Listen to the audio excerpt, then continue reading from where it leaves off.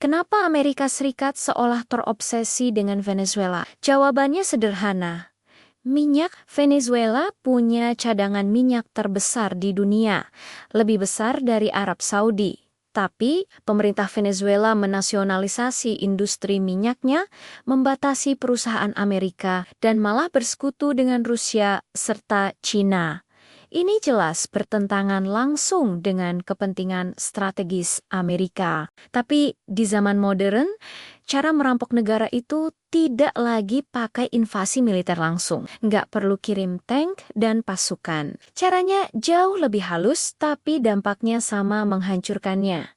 Pertama, lewat sanksi ekonomi. Aset Venezuela di luar negeri dibekukan. Mereka dilarang menjual minyaknya ke banyak negara, terutama yang menggunakan dolar. Akibatnya, sumber pendapatan utama negara hilang total. Ekonomi runtuh dari dalam, rakyat menderita kelaparan, inflasi meroket, dan muncullah narasi krisis kemanusiaan yang jadi pembenaran untuk intervensi lebih lanjut. Kedua, tekanan politik dan upaya pergantian rezim. Amerika secara terbuka mendukung kelompok oposisi di Venezuela, bahkan sampai mengakui adanya presiden alternatif yang tidak dipilih lewat pemilu resmi. Tujuannya jelas, yaitu mendelegitimasi pemerintahan yang sah dan menggantinya dengan pemimpin baru yang lebih pro-kepentingan Barat.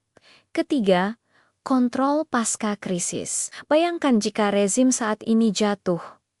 Apa yang akan terjadi? Pemerintah baru yang didukung Barat kemungkinan besar akan membuka kembali kontrak minyak. Perusahaan-perusahaan multinasional akan masuk lagi, dan sumber daya alam negara itu akan dieksploitasi dengan dalih legal, tapi sesungguhnya tidak adil bagi rakyat Venezuela. Para akademisi menyebut model ini sebagai neokolonialisme atau penjajahan gaya baru. Tapi kita juga harus jujur melihat dari dua sisi. Masalah di Venezuela tidak 100% karena Amerika. Ada masalah internal yang parah, seperti salah kelola ekonomi selama bertahun-tahun, korupsi yang merajalela di kalangan elit politik, dan ketergantungan yang ekstrem pada satu komoditas saja, yaitu minyak. Sanksi dari Amerika tidak menciptakan masalah ini, tapi memperparahnya secara drastis, seperti menyiram bensin ke api yang sudah menyala.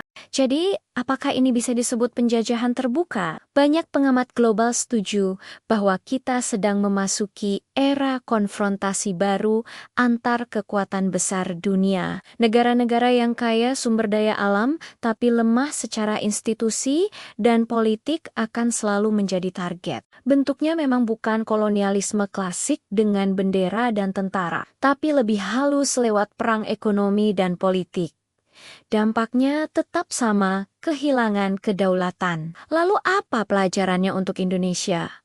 Isu ini sangat relevan. Indonesia juga negara yang sangat kaya sumber daya alam. Kita juga pernah dijajah dan hingga kini masih sering ditekan lewat utang luar negeri, aturan pasar global, dan berbagai regulasi internasional yang terkadang tidak menguntungkan kita. Kasus Venezuela adalah cermin bagi kita, pengingat bahwa kedaulatan ekonomi dan politik adalah hal yang harus terus-menerus diperjuangkan. Kesimpulannya, ini bukan tentang merampok pakai bom, tapi sebuah upaya sistematis untuk menguasai sumber daya minyak dan menentukan arah politik sebuah negara. Ini adalah bagian dari perebutan pengaruh global yang lebih besar, di mana sumber daya alam menjadi pion utamanya. Terima kasih sudah menonton. Jika kalian suka dengan pembahasan seperti ini, jangan lupa like, subscribe, dan bagikan video ini. Sampai jumpa di video berikutnya.